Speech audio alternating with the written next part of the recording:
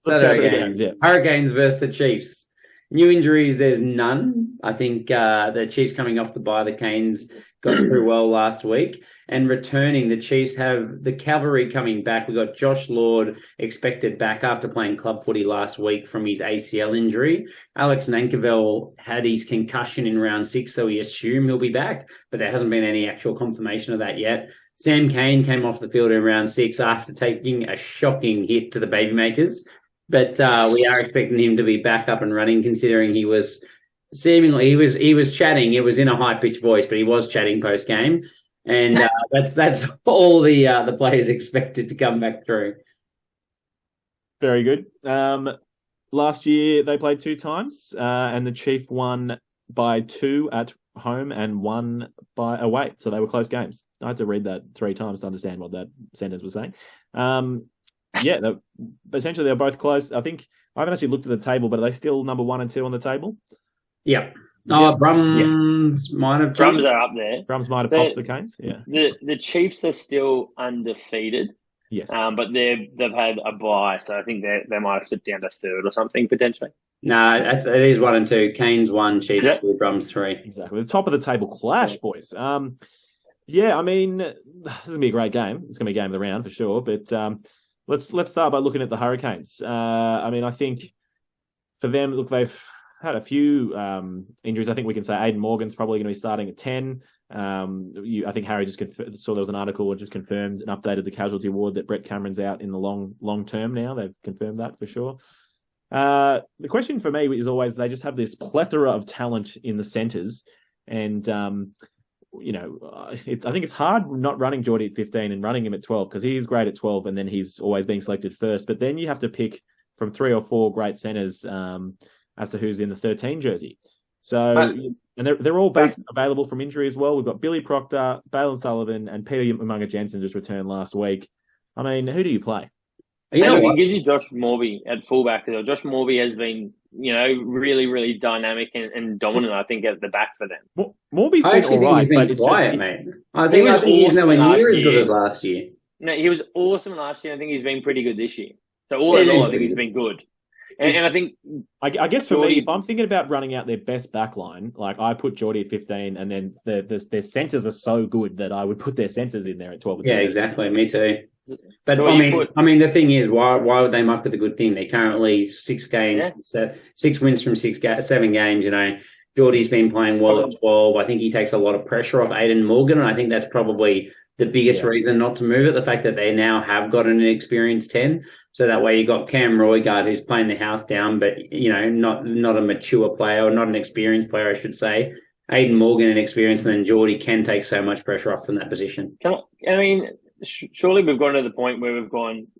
We all shit on Billy Proctor, but so Harry, we've got Harry. Before it was Nelson cutting in and out. Now we've got Harry cutting in and out. So, no, I thought it was my phone playing up. But yeah, look, we've got to a point where I think Billy Proctor has been consistent enough that he's their 13. Like, we love to shit on him, a fair bit, mainly because of his brother Matt Proctor. But Billy Proctor is looking really, really solid for them. And I think there is no reason to take him out of that 13 jersey. They've got Sullivan, they've got, Umunga Jensen, Peter Umunga Jensen there as well, who we saw come off the bench in their last matchup. But there is no reason to mess with the Geordie Billy combination in the centres. I've got one reason. Harry, just so you know, I think you're back with us, mate. You were frozen for a while. Thanks, mate. I've got one reason. Okay. I did hear that. And that one reason is Braden Sullivan, mate. Do you remember how good he was last year? And he's had one start this year and he killed it as well. So it's one thing to say how good Billy Proctor is, but Braden Sullivan's just as good. It's just not fair. But the thing is, Billy Proctor's doing it week in, week out now, so there's no need to change it. Look, Put Sullivan on the bench. I also don't know which Braden Harry's talking about. It's Balen Sullivan. Balen, sorry. He has must be the lag, mate. Must be the lag. No, you said it twice, unfortunately, so I got to confirm that you were wrong. But anyway, no, I agree. But the only problem with Balen Sullivan is that he's the best bench option because he can play wing so easily as well, whereas you don't think... I'm sure Billy Proctor could, but, not really. He's a centre. He's not a winger. So I'm with Nels. It's, it's really... And I think I like Peter Umunga Jensen the most. But... And we forget Peter Umaga-Jensen got an All Black cap as well. You know what I mean? It's been a while since he's been in that form, but he needs to go to the Highlanders and Umaga-Jensen. I've said that. I think I've said that in at least 4 podcasts already. That have both the Umaga-Jensen brothers in the Highlanders centres. But then they should sign both Arnolds and put them both in the locks as well, and they can just be twirling it all around the paddock. Guys, one other argument for this whole thing is that the Hurricanes have easily had the easiest draw up to this point of the season so far. 7 games, they lost to the Blues. You just boot them? Yeah, mate, your argument's invalid because we can't hear you. Really? Yep. Is he back? Can we boot him? I think we should boot him. I can hear me just fine. So I'll keep talking because I'm assuming it's recording on my computer.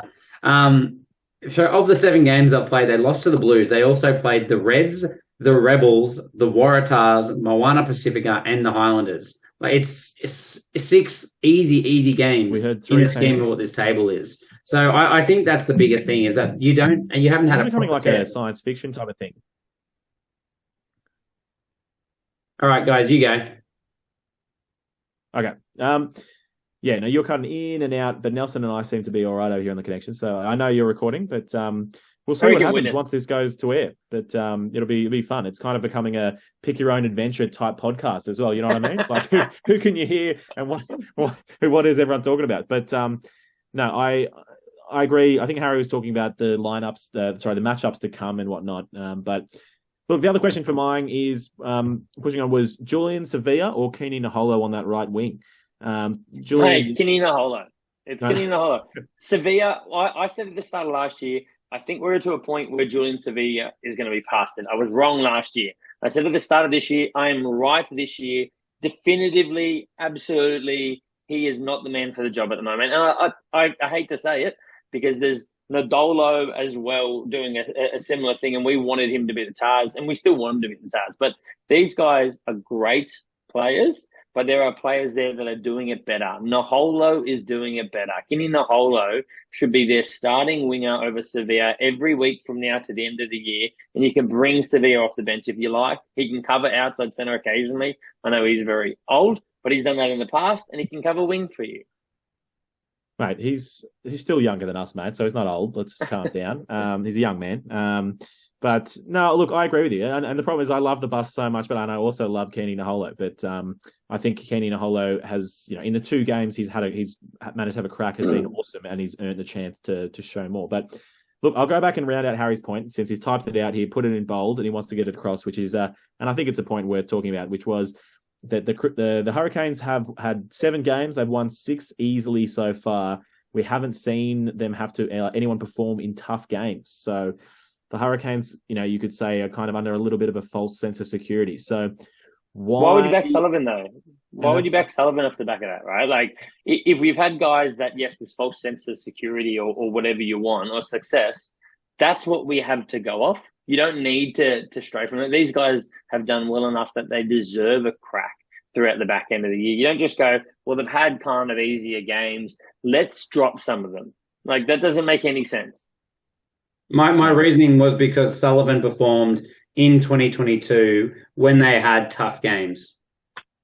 Yeah, mate, it doesn't matter. Right now, Billy Proctor's doing it. We need to move on from this. Hold on. If you run the Hurricanes out against the under-13s from Newington and Billy Proctor has a blinder, you can't tell me, therefore, you have to pick him next week against the Crusaders. You can't tell me that. It makes no sense.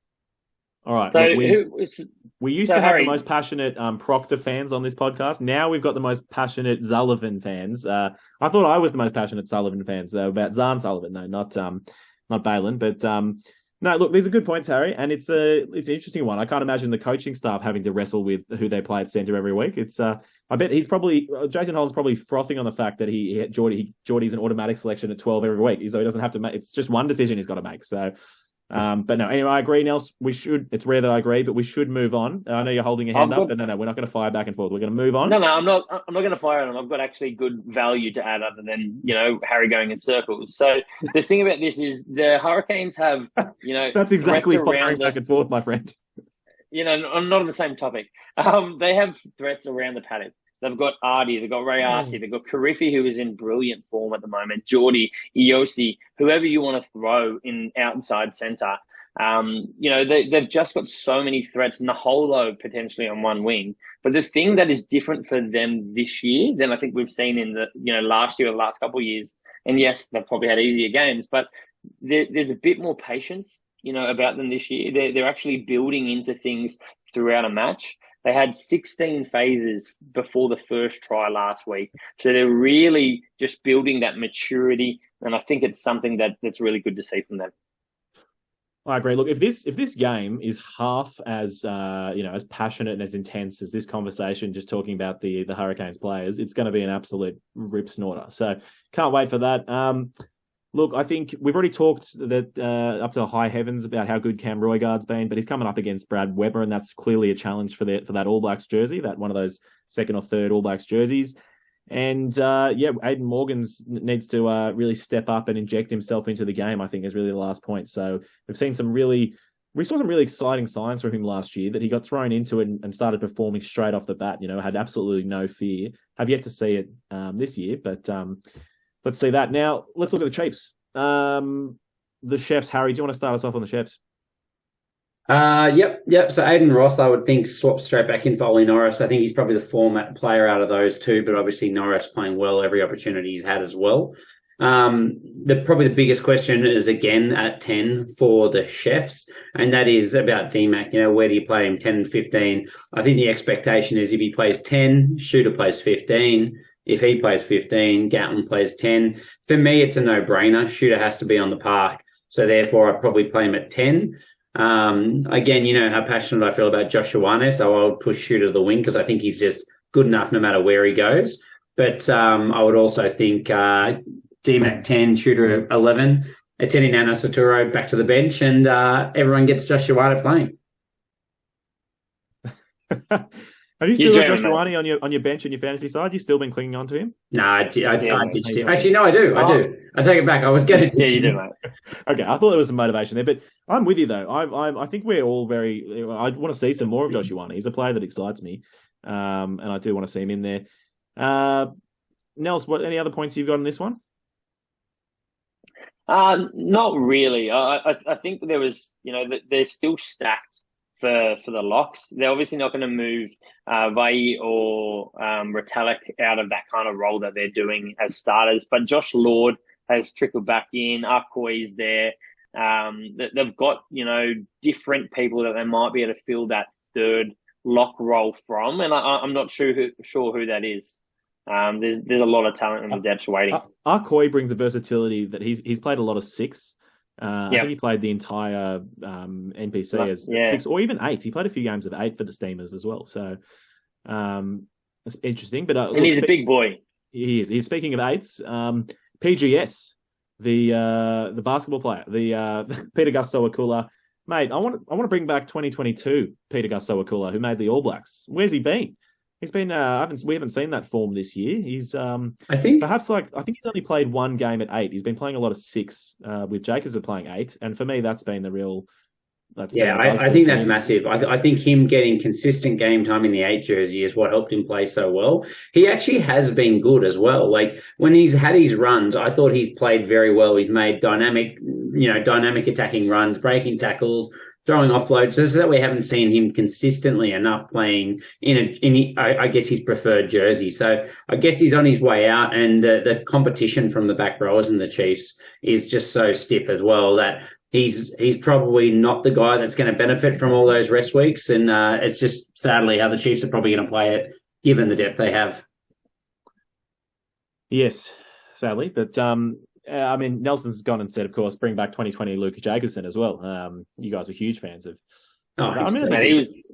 He was very good. He's not doing bad. I think he's building into the year as well, but he's not seeing the peaks that we saw a couple of years back from him.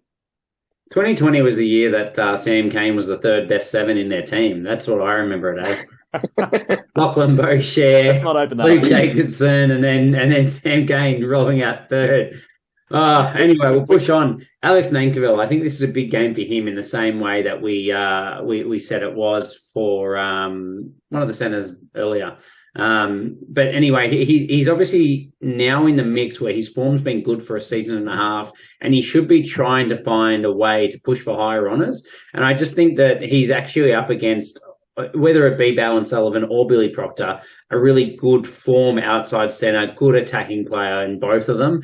And trying to shut down him and Geordie Barrett is a big, big ask for anyone, particularly when you're partnered with a young man as good as he is in Poi Hippie as well. I think it's a real opportunity for Nankivell to stake a claim for higher honours. Yep, for sure. I think we've talked about that before in terms of he's signed overseas now, hasn't he, Nankivell? But I guess he's still got this year as a chance to get there. So, and there is still some questions with centres. We'll see. But I agree, this will be a huge test for him this week. The only last player to talk about was, before we jump in our tips, was Nanai Saturo. We're saying, such an impressive player. And certainly, I guess, the outside back that you wanted the most before the season started. And he's kind of been, quiet in comparison to both Shooter Stevenson and Imoni Narawa, who have been shooting the lights out. So is it just a question of the ball's been going to the right wing? Like, it just hasn't been getting out over to him, or what? No, Nanai Saturo at his best will be looking for a ball, and it doesn't seem like he's looking for the ball in recent weeks. I don't know what it is. And it was probably something we saw from, maybe Nwanga Nitawasi early in the year. Just players that can be so threatening, big bodies on the wing that aren't pulling themselves in field looking for the ball. And that's what he's got to do. I think he's got to be looking at an inside run off the 10. He's got to be getting himself involved in this game. Do you think, I guess question, I'll ask it for Harry. Do you think Nanai Saturo would profit more from DMAC at 10 or 15? Because I would think at 15 would mean, he's getting more kind of counter. DMAC just kind of brings players into the counter attack and kind of shoots out either side. But I think that probably plays a big part in it. Yeah, I think probably 15 purely because Gatlin does deliver the ball very well to his outsides. And then you've got DMAC in the second channel that can also bring players outside wider than him. Whereas if you swap around, you've got Shooter in those kind of middle channels. Shooter has been so impressive scoring himself, often with one or two guys outside of him as he just kind of glides through the line. So I definitely agree. I think DMAC at 15 is better for a 10, just not better for the side, I think. Very good. All right, tips. I'll go first on this one. Damn it, why'd I pick the hardest game to go first on for tips? Look, I think the Chefs are going 7 from 7. The cavalry's back. I just think they've been too strong. They will come off really strong from this bye. And I mean, is it? No, it's a home game for the Hurricanes, but I think the Chiefs will get this one done. I think it'll be a close game. I normally like to tip big scores, but I'm going to go with the Chiefs to get it done by, I'll say 6 or 7. I'm going to say 7. Okay. I'm going to go and follow the trend of last year. I think game 1, Chiefs won by 1. Game 2, they won by 2. Maybe vice versa, I don't care. But this is going to be by 3. Keep that trend going. 1, 2, 3, Chiefs by 3. I was going to say Chiefs by 7, but I'll drop it to 5 just to. You don't want to be the outlier. Give me my outlier. Thank you.